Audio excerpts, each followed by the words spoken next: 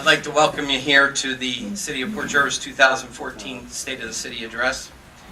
Councilman at Large Bobozo, Councilman Hendrick, Cunningham, Ritchie, Oni, Walagrowski, Siegel, and Bell, department heads, distinguished guests, and ladies and gentlemen of the City of Port Jervis.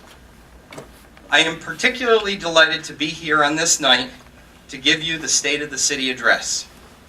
I look forward to the opportunity to give a brief overview of where the city is at and take a look at the larger picture of where we can take this great city in the year of 2014. We stand here at a crossroad. There is much hope as there is fear, but we must commit ourselves to change. Our future must embrace our past, but it should not hold us back from success. Our city has been on a path of forward thinking before, and working together, it can happen again. This change will create new concerns, new skepticisms, but also new rewards. It's not surprising that some of us would have us take a wait-and-see position. Our city was not built on those who waited, studied, analyzed, and wished to see what might come. Our city moved forward when others saw opportunity and grabbed it. I expect Port Jervis to lead, not take a wait-and-see approach. Doing this will take work of many hands. Fiscal responsibility, coupled with hard work, volunteerism, and community pride, will create a new Port Jervis that will make us all proud. Taking responsibility will be a big part of the success in what 2014 will bring to this city. We are responsible for where we live, what we do, and who our children become. It is our responsibility for how things look, our actions, helping our neighbors, and working hard to make Port Jervis the gem that it can be. Those that came before us showed that moving ahead and taking responsibility while keeping an open mind is what leadership is all about. We will climb mountains together to move this city forward with the help of volunteers and workers. Yes, this includes those that have dedicated their lives to making our city the best that it can be, our volunteers and our city employees. Our city has seen a major transformation on the property at Lower Pike Street, known as Port Plaza. As the Rite Aid building with its themed color appearance for the former Erie Railroad is finished in April of 2014, the contractor has already been bid to rehabilitate the plaza in the same style. That is not the only location that has or will see changes. Brother Bruno's reopened at a new location on Front Street after major renovations and rehabilitations on the corner of Front and Sussex into a bustling area. The idea of enjoying a nice spring, summer, or fall meal out on the patio is inviting. Further down Front Street, the Ruby Group has acquired the J.J. Newberry, recently known as the Variety Show, to rehabilitate. Construction there will begin this year. There are plans being developed to reopen the KFC building on East Main Street with a new drive-thru. A Taste of Sicily will be opening in days as a new Italian restaurant on Front Street. A prospective liquor store has been given the go-ahead to build on East Main Street across from Dunkin' Donuts, and Dunkin' Donuts themselves will be doing additions. 2 young men are in contract to open the former Midas Muffler building in a few short weeks as an automotive repair business. We have seen some great stores open for our community here in Port Jervis over the last year as well. La Nueva Mi Casita, RC World Depot, Rivertown Diner, the Port Jervis Computer Store, Metro PCS, New for Less, Roy's Corner Cafe, and Ladies First all opened their doors in 2013. In January of 2012, a new program from City Hall premiered called Business of the Week. This program goes along the lines of promoting businesses that have invested in the community and deserve to be recognized. My office has modified this program to become Business of the Month, giving a longer recognition period for those dedicated businesses. In addition, my office will be adding House of the Month. If there is someone who keeps a nice home or is making improvements that look aesthetically pleasing, let my office know. To become Business of the Month or House of the Month, simply contact the mayor's office for more details. Speaking of houses, if you have a house in need of repair and no cash to do it, there are programs that can help you make your house the showcase you would like it to be. Just contact our community development agency headed up by Kathy Hendrickson. Kathy has decided to retire this year, and we wish her well in her new endeavors. But she has also agreed to stay on temporarily with the CDA while the city decides what type of role the agency will take on in the future. The CDA primarily attains grants and low-interest loans for the city to help businesses grow and flourish, but also to help improve infrastructure. The CDA has just secured $200,000 New York Main Street grant that will be used with nearly $1 million of public and private funds for the Ruby Group's new project.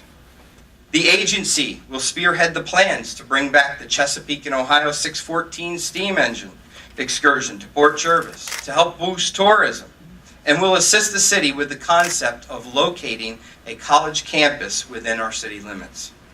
This can benefit our businesses along with Governor Cuomo's Startup New York program and tax-free zones. And it will also promote higher learning in a local community, expand educational choices, and attract high-tech firms and jobs to Port Jervis. The most promising news is recently announced the USDA low-interest loan of $3,620,000 to build a new clarifier at the water filtration plant that will remove any obscene smell or color from our water. Our Department of Public Works, led by Director Vince Lopez, was busy last year, but will be even busier in 2014. Beyond the traditional expectations of the department to remove garbage, recycle cardboard, newspapers, Christmas trees, stumps, paint lines, provide clean water, repair and replace pipe infrastructure, sweep streets, paint lines, pave roads, take care of municipal properties, and plow snow, they also saved the city a substantial amount of money by participating in the renovation of the Beach Road Pump House. In the recent past, the DPW employees with skills in carpentry, masonry, electrical, and plumbing backgrounds were hired to be able to complete these in-kind services to offset any mandated funds that the city would be responsible for in its grants. This year, you will see the DPW perform a demolition and preparation of the subgrade and electrical work for our new promenade project on Front Street. This project has been in the works for nearly 8 years and will now come to fruition.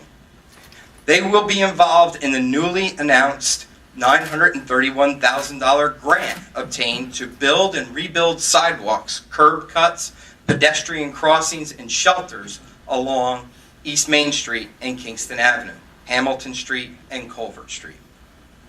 Another project that comes to mind is the Tri-State East Main Street Corridor Widening and Bridge Project. Work is slated to begin in the fall with the replacement of the culvert bridges over Clove Brook at the entrance of the city. The Tri-State Bridge is in dire need of replacement.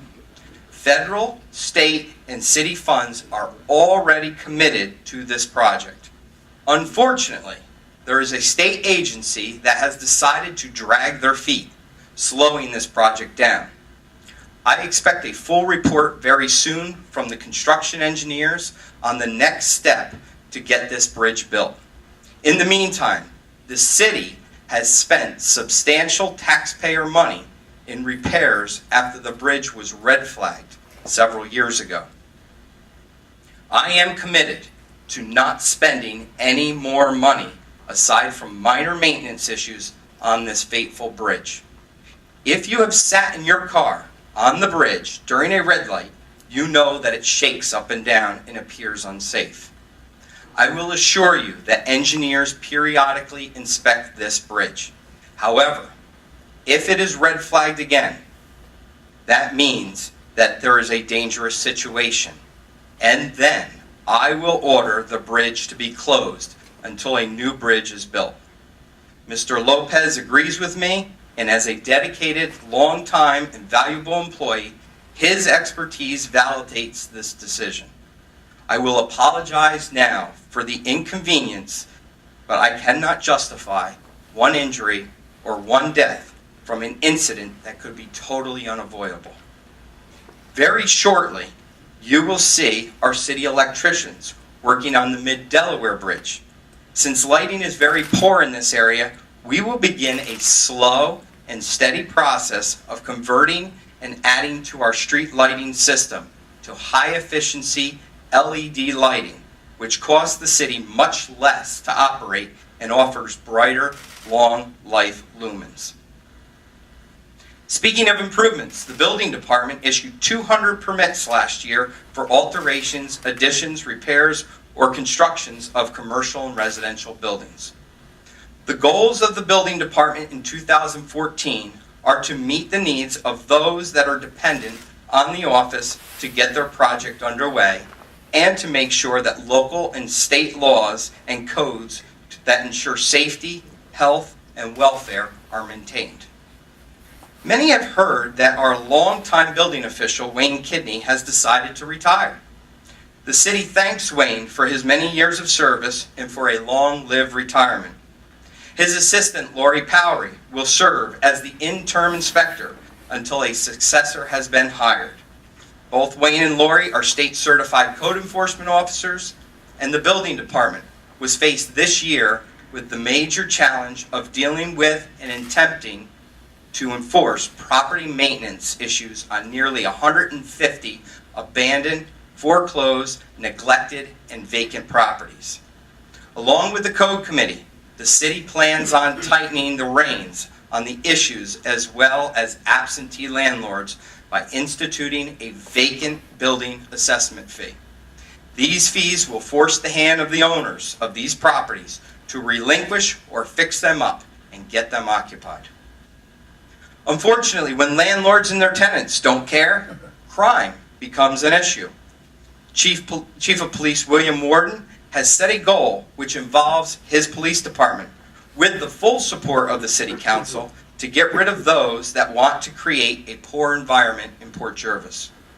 Backed with quality training, enhanced partnership with adjoining agencies, providing adequate shift staffing, and building a partnership with those in the community who want a better life, our police officers will effectively create an understanding that drug dealers and people of ill repute are not welcomed and will be unavoidably detained if they want to continue illegal activities here in Port Jervis.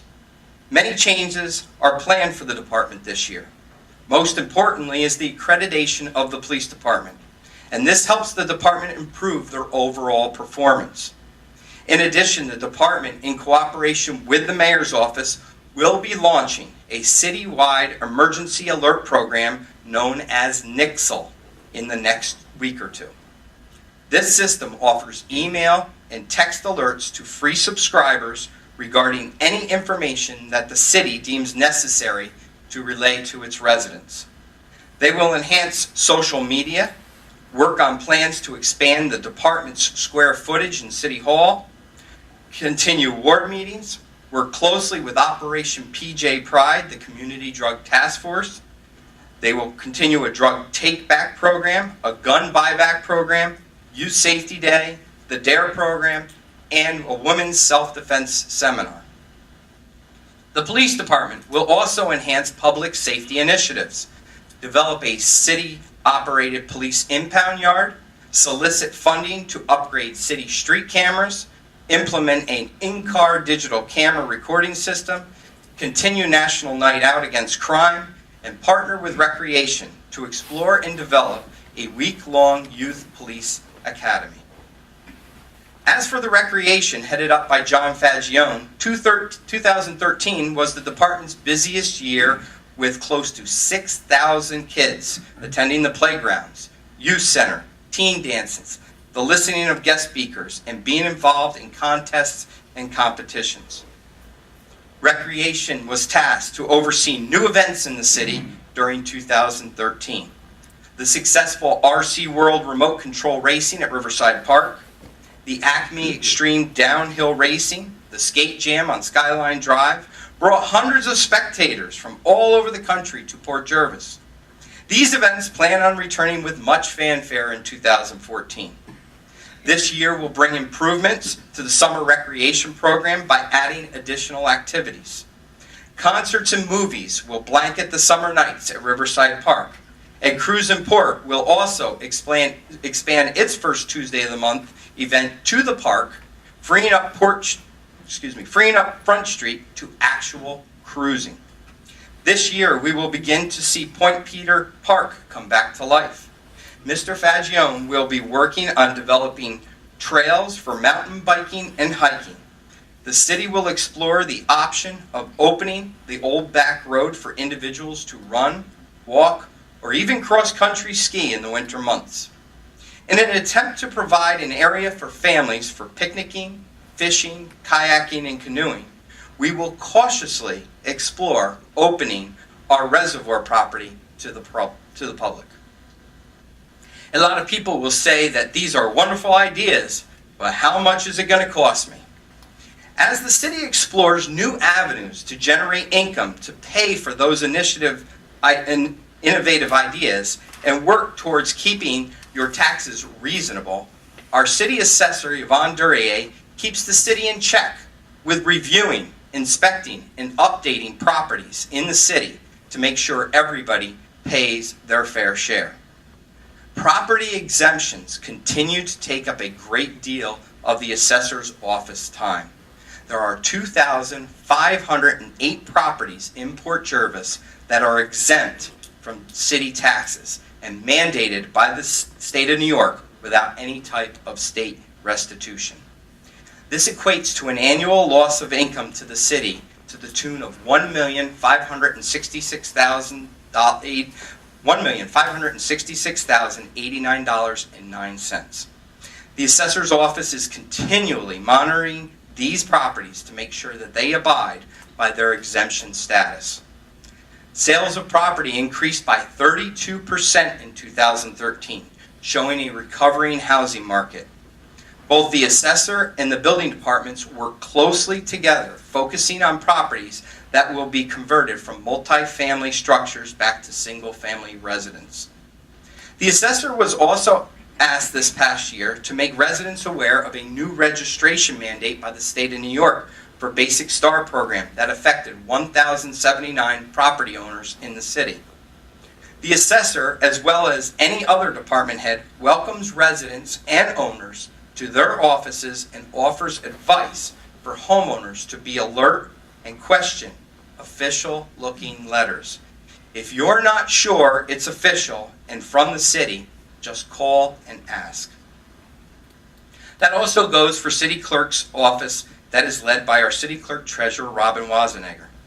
The City Clerk's office collects taxes, fines, and fees, as well as issuing official documents and taking care of the bills and receipts that keep the city functioning. The goal of the City Clerk's office is to improve its cash flow and develop more effective and timely resale of use of vacant properties that are acquired through tax lien process. New this year to the City Clerk's office will be the availability to collect taxes, fines, and fees through credit and debit cards. The Whitewater Park is still a viable opportunity for our city. After receiving an optimistic muscle study report in October, the committee will now reorganize. The focus now will be on the permitting stage as well as putting into motion the steps needed to raise money for the construction phase of this project. Clearly, the Whitewater Park can increase tourism in the city and provide a unique draw for those with different levels of expertise that like to fish, kayak, canoe, raft, tube, surf, and even boogie board, as well as welcoming sunbathers and walkers in an area that is currently overgrown and underutilized. The largest local soapbox derby in the world returns Sunday, June 8th on Sussex Street. Although it was a hit in the 1950s, the new revived soapbox derby that came back in 2000 has taken it a step further. Affiliated with the International All-American Soapbox Derby, our local has been recognized as the largest, meaning the most participants in a local in the entire world. At the end of the day, there are 4 champions in 4 different divisions that go on to participate in a worldwide event in Akron, Ohio. This local, led by director Wayne Addy, has grown to bring in thousands of spectators that spend the entire day watching races, eating food from local vendors, and enjoying activities for the kids. Bringing people to Port Jervis is our unique draw. The Tourism Committee in Port Jervis definitely kicked it up a notch in 2013 when they introduced the first Christkindl Market, a German Christmas market in December, along with the arrival and musical showing of the Santa Express, which they plan on returning this December. So far this year, the Tourism Board is already in full swing, planning events from now until December. They host a successful organization for the citywide yard sale in April, as well as putting together the coveted Fall Foliage Festival in September, which brings hundreds of vendors and thousands of visitors to downtown Port Jervis. People of all ages benefit from many of our city departments, including our seniors, with the nutrition program headed by Kathy Shortell. They produced 31,563 meals last year alone for the dining program and Meals on Wheels. These services will continue in 2014. The nutrition program also involves itself outside the meals with Orange County Senior Games, the Fresh Connect program, which demonstrates how to prepare healthy alternatives performed at Save-A-Lot in Port Jervis. The program also collaborated with the Port Jervis Recreation Program last year and plans to repeat it in 2014, where they provide a 5-week summer cooking program called the Little Chefs at Rec. This program was well received and taught cooking techniques, sanitation education, culinary vocabulary, and of course lots of taste testing. The project culminated with producing and bagging and labeling 400 cookies for National Night Out Against Crime that is held the first Tuesday of August at Riverside Park. As our city changes and new ideas begin to take hold that involve our city departments, our volunteer fire department, led by Chief Jeff Rhodes, is no exception. The fire department responded to 326 calls in 2013. They are awaiting the arrival, any day now, of the ladder truck, which will be our newest piece of apparatus in the fleet. The fire department has also implemented the 16-channel ultra-high radio plan for interoperability with other fire departments in the county. They were recently awarded a $142,000+ grant to purchase swift water rescue gear that will allow the department to deploy to any flooded area or region in New York and surrounding states, and to give mutual aid. In addition, the fire department is currently being studied by an independent consulting firm, EVR, which is offering a 3-phase suggestion as to the structure and necessity of the department and its companies, so that it may operate more efficiently in the future. If you have ever needed our fire department to respond to your aid, you will then know how valuable these volunteers really are to the city of Port Jervis. It is our duty that the department runs as efficiently as possible moving forward. My office will see new and old forms of communication come to fruition as a major necessity to stay in touch with our citizens. We post daily on Facebook and Twitter. We are continuing to improve our website, and a design change will be coming soon. We plan on creating a newsletter for those without those mediums. And of course, the new Nixle citywide alert system will be available for all. Our council meetings are now broadcasting live on the internet, but they are also still broadcast on Access 23 TV. We thank the volunteers of Access 23 TV for being there and taping our shows and our meetings, but also for the entertainment and newsworthy shows that they offer on Access. We work closely with the NeverSync Media Group, who are here tonight broadcasting live on WDLC and 107.7 FM, and look forward to creating a call-in radio show and birthday club in the next few weeks. In addition, my office stays in continual contact with our area newspapers, the Times-Herald-Record, the Gazette, and the Pike County Dispatch, so that these and those that read print are also included. It is for these reasons that we should each look at the city we live in, the city of Port Jervis, and be proud for what our forefathers have accomplished. But even more so, be driven to attain our goals. Our city has had failures, but so have other cities, even if they don't admit it. The growth of the city of Port Jervis will only come by bringing the community together to work for our future and give our citizens the opportunity to take pride in their hometown. Taking a wait-and-see approach just doesn't work.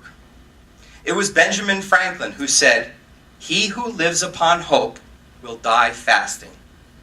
And so we, the citizens of Port Jervis, need to roll up our sleeves.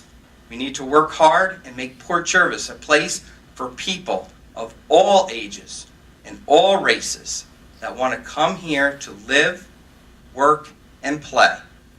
It is then that we need to let everyone in Orange County, the state of New York, or even the United States of America know that this small little city on the banks of the Delaware has more to offer than any other place in this land.